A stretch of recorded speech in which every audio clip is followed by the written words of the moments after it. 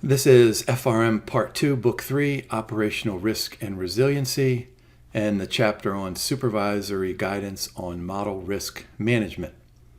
We've spent lots of time talking about models, whether it's a simple capital asset pricing model or maybe the arbitrage pricing model on the asset management business line to more complex scenario analysis, maybe in the investments banking line or the corporate finance line, to things like value at risk and expected exposure. Now, this chapter offers us some guidance on the responsibility of the leaders, of the supervisors. And so the idea here is that we, as good financial risk managers, we know these models. We feel like we know when they're supposed to be used, and we feel like we can interpret them. But there has to be some supervision to ensure that we are operating within the framework of the overall risk culture and the overall appetite for risk. Now, the super good news for you guys is that there are only 4 learning objectives here. So we're going to describe and explain. So we'll talk about model risk, we'll talk about an effective process, development and implementation of a model, and then some kind of a validation process at the end of the slide deck. I know you guys are used to having, 25 or 32 slides. This one barely makes it over into double digits. So this will be a relatively short video compared to what we've been doing in the past. Let's go ahead and state the obvious here. The beginning of the chapter asks us to define a model, how it is used, what is it used for. And so this is a pretty good slide, but I'm guessing that you're not surprised by any of this. So let me go ahead and read that first block point. Quantitative process. All right, that makes sense. It's good financial risk managers. We all love math. We all love our finance skills. We're dying to get out an Excel spreadsheet or an algorithm so that we can use these models so that we can make really, really good decisions, right? So we're applying statistical, financial, economic, mathematical techniques. And then, of course, inside of that model, there are various assumptions. And I learned very early on in my graduate school days that the assumptions are really extremely important when considering the value of a model. I mean, some model could have an assumption that says something like, here, let me give you a silly or a ridiculous assumption. This model assumes that it's sunny outside. So that the only time that this model works is when you look outside and the sun is shining. I mean, that's a silly one, but some assumptions are way more restrictive than others. Of course, we've talked about normal distributions, and wouldn't it be awesome if every variable followed a normal distribution? But we know that most of them don't. All right, so look at the process here. So we have data input, which includes those assumptions, and maybe an Excel spreadsheet with possible scenarios, right? And so the easiest way to think of this is under scenario analysis. Good financial risk managers will say, at a minimum, okay, this is the best case scenario, this is the worst case scenario, and then our expected scenario is somewhere in the middle. Hey, maybe 50% in the middle, but probably not. Then we go ahead and do all of the data processing, and I was I took great advantage of this when I was in graduate school writing my dissertation. Collecting the data was so time consuming. This is 1992 and 1993. I had to actually go to the library and get those microfiche out and look at annual reports and look at board of directors and all that kind of stuff.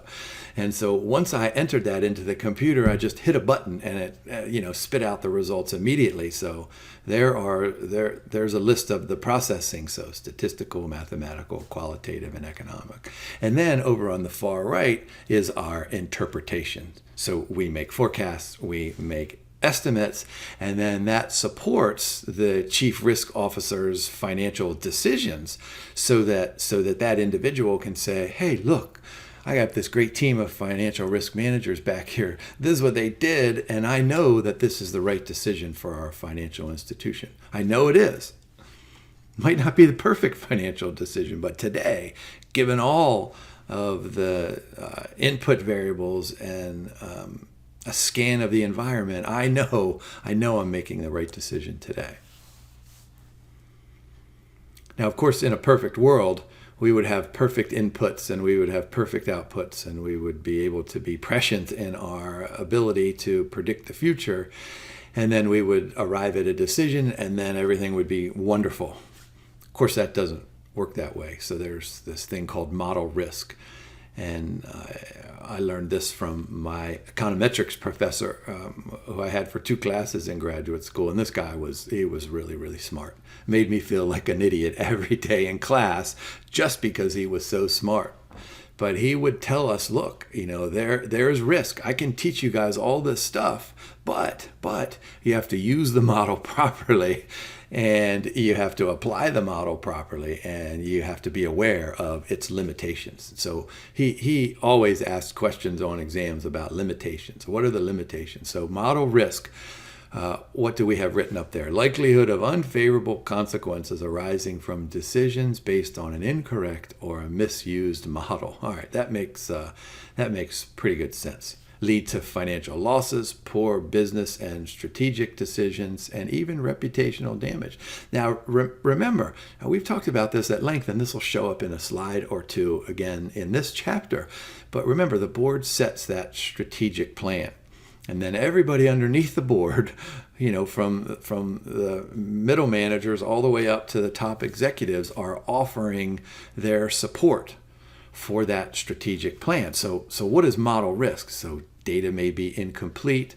I remember writing my dissertation, and I wanted to collect data on the board of directors, and had a list of all these firms, and so sometimes I couldn't find data for a particular firm, and my dissertation chairman would say, "Well, you're not working hard enough if you can't find it," and so I had to go find it somewhere else. All right, so you have to have complete data. Could be corrupt, and it could be an error, right? I collected all this data by hand, and then I entered it all by hand. I mean, you do this hour after hour, day after day. Sooner or later, you make mistakes. How about implementation? Incorrect inputs, formulas, misrepresentation of model outputs all lead to an uninformative model results. And then how about the statistical? We've talked about, something as simple as value at risk using standard deviation. So we measure standard deviation based on the inputs over the time frame, and then we rely on the quality of those inputs so that we can make some kind of an estimate. But there are always uncertainties surrounding those estimates. Let me go back to my discussion on my professor talking about the underlying assumptions with these models. And so there's a huge risk if you have an incomplete or invalid underlying assumptions with the model. I mean, it's one thing to use value at risk to capture that left-hand tail, right? To see the magnitude of how far, the distribution is away from the horizontal axis. But it's another thing to use value at risk for something else, right? Incorrect or inaccurate fitting of a model parameters to the data. We call this calibration. We want to take all of our inputs and make certain that those inputs are accurate, so that we have it properly calibrated. The model, remember, the model is trying to represent some kind of economic reality, and so we have to fit our model to reality. I mean, it makes perfect sense if we're doing some simple economic model, if we're trying to predict, let's say, total revenues for a firm in a specific industry, like let's say animal grooming products industry. And so we go out and we figure out what that entire market is. Let me just make up a number. Suppose it's $500 million. That's that total U.S. market. And we're trying to predict how much market share can we capture. And so we use income data, right? It makes sense that the higher the income level of a household, the more likely they are going to spend money on animal grooming products. So there's a really simple relationship, and we need to calibrate our model to the reality of life. A valid model may be applied inappropriately, right? And we can, we go back to our simple linear regression model. Can we apply that model? I mean, that's a valid model, right? Let me regress. What did I say earlier?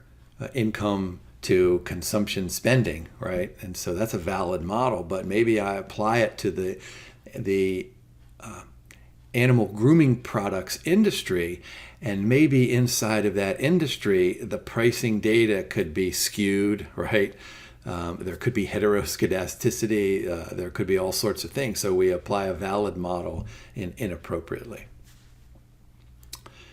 And then, of course, we can incorrectly interpret a model. Now, probably none of us would look at a regression output and say something like, oh, there's a Z or a T-score of 2.8 and the critical value is 2. Probably none of us would make that mistake. But inside of that model, in trying to interpret and apply the model to the economic reality, we can make some false interpretations.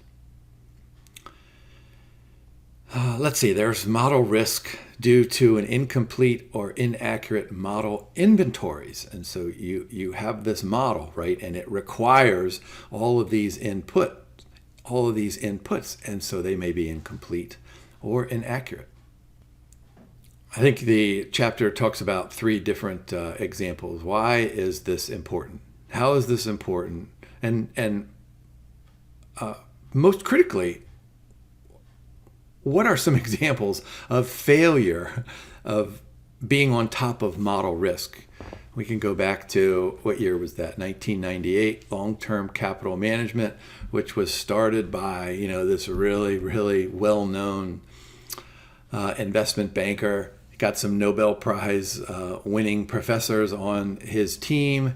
And in the mid-1990s, let's say 95 and 96, I think this fund generated 42%, 44%, and those are net of fees. That's a return to the shareholders. And if I remember correctly, I think the minimum investment was $10 million. I don't think it was 20, but I think it was $10 million. And then in 1997, those of you who are old enough might remember we had this gigantic Asian currency crisis.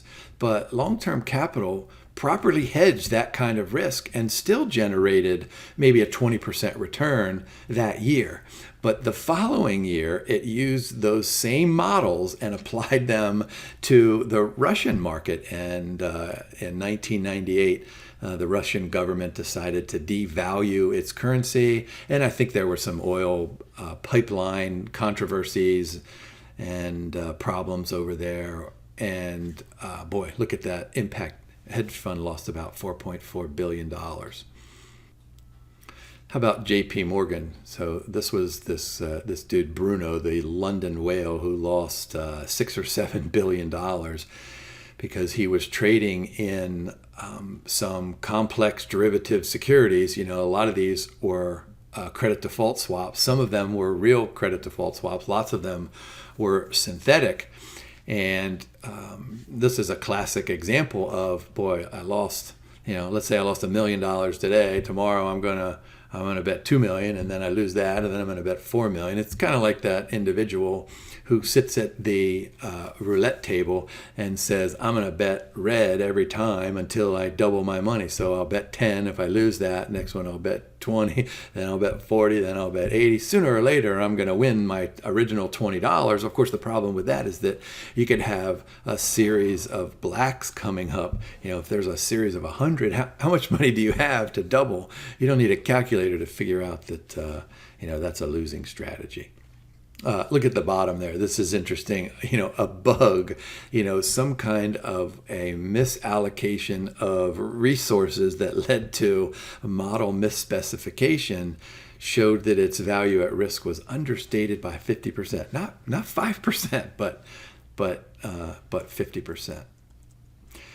And then, of course, there's the crisis that occurred in 2007 and 2008. And we've spent some time talking about this, right? What happened? We're good investors, right? And we're good financial risk managers who are advising our clients.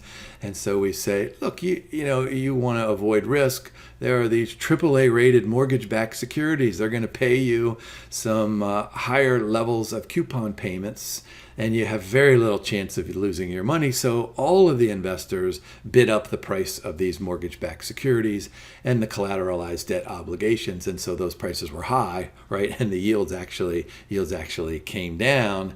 And of course, the model was misspecified.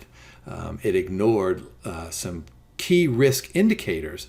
And so it relied way too much on the history of defaults, especially in the United States, the history of U.S. mortgage defaults, rather than scanning the local environments. Because, a lot of times these mortgage-backed securities were located in one specific region. And so in order to get an accurate credit rating of, let's say, let's pick a big city in the United States like Atlanta. Well, instead of saying, okay, the average default rate in the United States has been 1.8%, that sounds like AAA rating.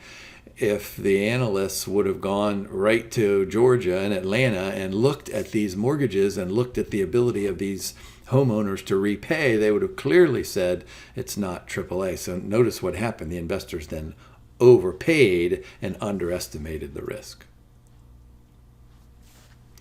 How about elements of an effective model risk management framework? All right, so what we're trying to do here as financial risk managers is, remember, we love to get our calculators out. So we're sitting at our desk and we're calculating away. This is what we want to do.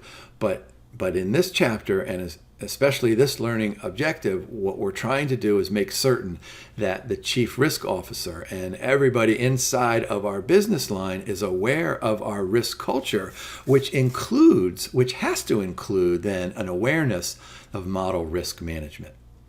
And so look at that top arrow, organization and governance. Where is this going to start? We've mentioned this in the last couple of chapters. Board of directors and senior management, they set the tone not only for model risk, but they set the tone for the risk culture. Includes standards for model development and implementation and use and validation. All right, so we need to have this function in which all of these risk reports, including appetites for risk, in each business line, have to flow to the chief risk officer. And then I like that circle point right above the model life cycle management. There should be an independent model validation, right? So I'm working on this model, whatever it is, scenario analysis, and I'm working away, and there's a tendency in temptation to become tunnel visioned, right? I'm looking here, I have this model, I'm thinking of my inputs, I'm focused here. And I really need to have somebody come and who is another expert and say, hey, Jim, let me see what you're doing. Let me see if I can replicate, or let me see if your assumptions are right. Let me just verify and validate this. And of course, me being an honest and highly a manager with high levels of integrity, welcome this internal or external model validation, because I want to make certain that I'm accurate in what I'm doing. I'm pretty sure I'm certain, right? I'm not questioning my skill set here, but I like to be validated. All right, I would just go ahead and memorize these 5 for a set of stages. This sounds like a setup for an exam question. Model development, documentation. Of course, document everything. Write it down, put it somewhere so that you can have proof of what you've done. Validate it. So you run it on this data, then you run it on this data, in sample, out of sample, all that kind of stuff. Evaluate the inventory and then do a follow-up. Look at that last block point. Banks should keep a complete inventory of every existing model to facilitate this model risk management and keep a record. Of course, you have to keep a record. If we swing back to J.P. Morgan, this was one of the big problems. They were hiding all of these, hiding all of the losses, and sooner or later they're going to be found, right? I mean, these things have a data footprint, and so it's not too terribly difficult to find these. Although that's what we have. That's what we have auditors for, and fraud managers, et cetera, et cetera. Model infrastructure, let's see, supported by technology, which means that we want to be state of the art, right? I love to give golf analogies and sports analogies. And as I was watching the tournament this past weekend, there was an emphasis on technology, and so the announcers were doing the swing plane and the ball speed and the plane and the angles and all that kind of stuff. So we want to have that great technology. And the golf announcers, made the comment that this recording videos and having all this technology has pretty much changed the game of golf. We want to make sure that we're changing the game of risk management. Completeness, accuracy, and timeliness. That makes a lot of sense.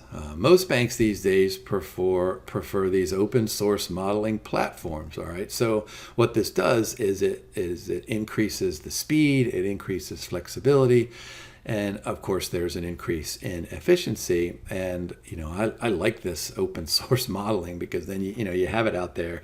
Think about an Excel spreadsheet that's available to you and 3 of your team members, and so you guys can do this whenever you want. You can go and change the model, and the model only gets changed if all 4 of you agree with that change and with those inputs. And of course, monitoring and reporting. And so look at the potential errors. This sounds like a good exam question to me. Model can reach its theoretical limitations. There are errors in the environment. That's why it's so important to scan and rescan the economic environment. And then business changes, right? We know we live in a dynamic economy, and so what might apply to today may not apply tomorrow. This is why we constantly have to pay attention. My mother always gave me lots and lots of good advice when I was a young boy, and one of those was, if you pay attention, you'll probably learn something.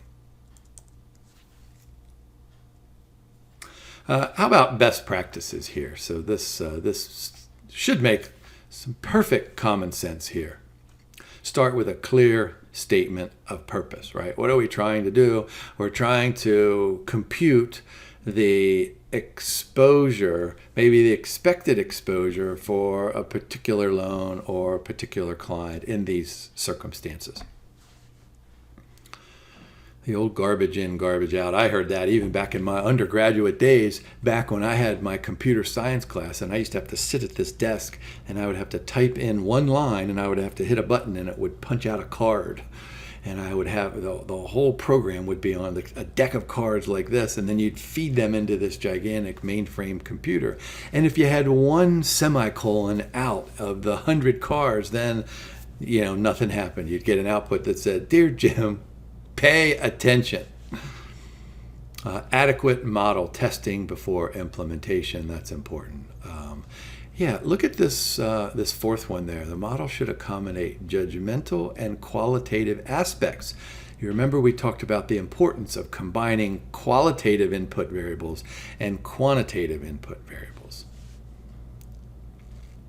Calculations should be appropriately coordinated with the capabilities and requirements of the information systems. That makes perfect sense. All right, 3 elements of a strong model validation. Model should be conceptually sound, right? It's not just enough that the model earned its authors the Nobel Prize in economics, right? There were 2 Nobel Prize winners in long-term capital. As a conceptually sound model doesn't necessarily mean it's going to work in all circumstances.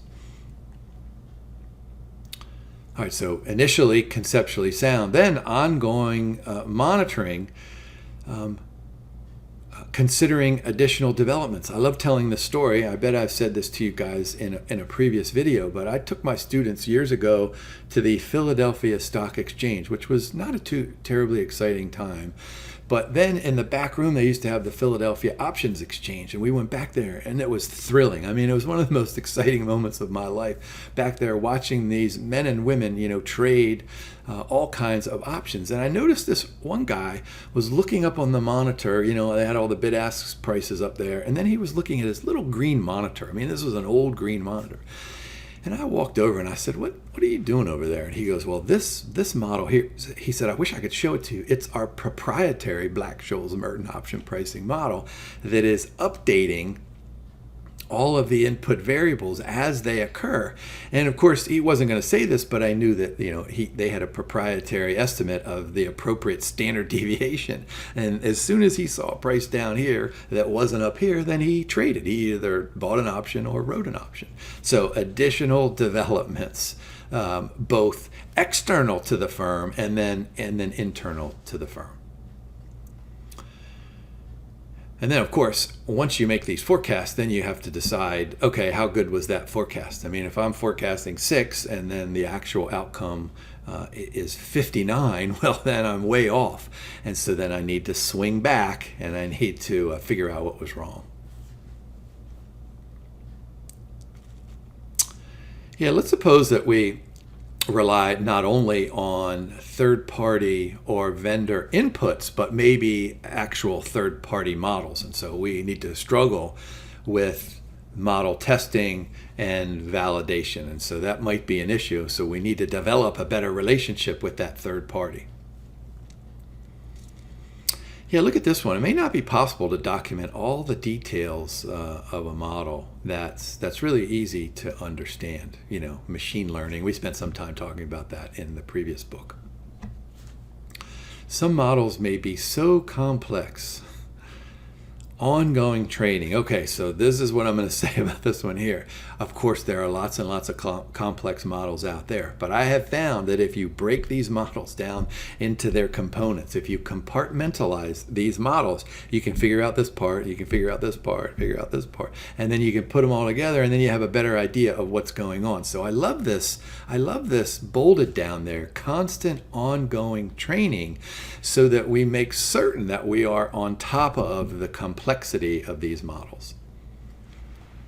And then that takes care of the last one there, right? If we know more about the model, then we have a better chance of explaining it to whoever else is interested in that model. And that takes us through those 4 learning objectives. I'm guessing that those first 2 are probably the most important of the 4. Describe that model risk and then how to manage that model risk.